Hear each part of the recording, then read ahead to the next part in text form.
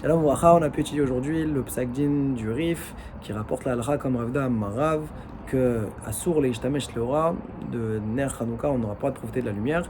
Et également, si Kafta Enzakoukla, si les bougies s'éteignent, il n'y aura pas besoin de les rallumer. Ce qui veut dire que toutes les mèches et toutes les huiles, même celles interdites à Shabbat, eh bien, seront permises à Hanouka.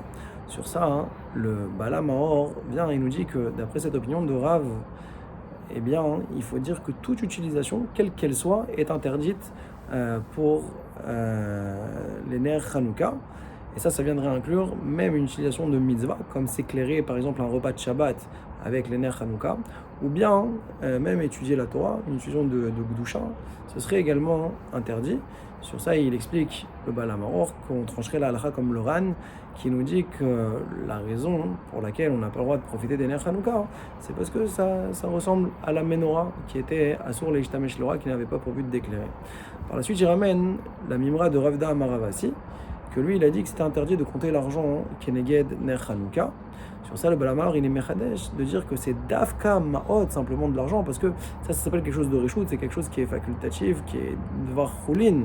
Sur ça, on peut dire qu'il y a une notion de bisouille mitzvah, de mépris pour la Hanouka, mais de là, il veut déduire que si, par contre, c'est un tashmish de mitzvah ou de gdusha, alors ce serait autorisé. D'après Ravda Maravasi, ce serait permis, donc ça, c'est neged rav. Et également, Shmuel, il a voulu faire entrer également Shmuel, de dire que quand Shmuel vient et dit, par rapport au sujet de l'Artzot Ma'ot, que de compter de l'argent devant Ner Hanouka, Verik, Dusha Yeshba, ce qui lui veut dire qu'il n'y a pas de bisouille mitzvah, il n'y a pas de mépris fait à la Hanoukia en comptant l'argent devant la Ner Hanouka. Pourquoi?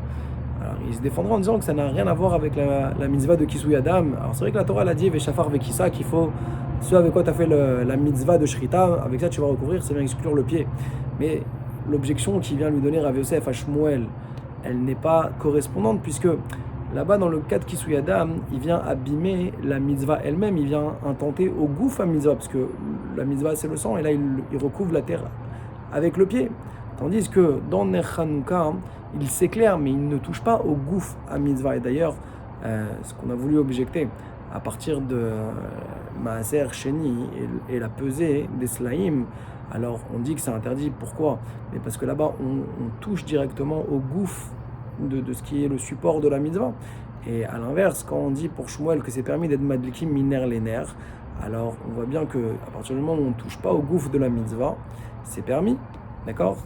Et donc, on tranche la halakha en conclusion pour le Bala Maor que tout ce qui sera d'avoir choulin, même si on n'entende pas, on va dire, au gouffre à mitzvah, comme compter de l'argent devant Ner Hanouka, ce sera assour. Par contre, tashmiché gdusha ou tashmiché mitzvah, c'est moutar. Et en plus de ça, il faudra, comme Raval a dit, mettre une aire supplémentaire, une bougie supplémentaire qui va jouer le rôle de chamage pour pouvoir avoir la possibilité de faire les autres utilisations.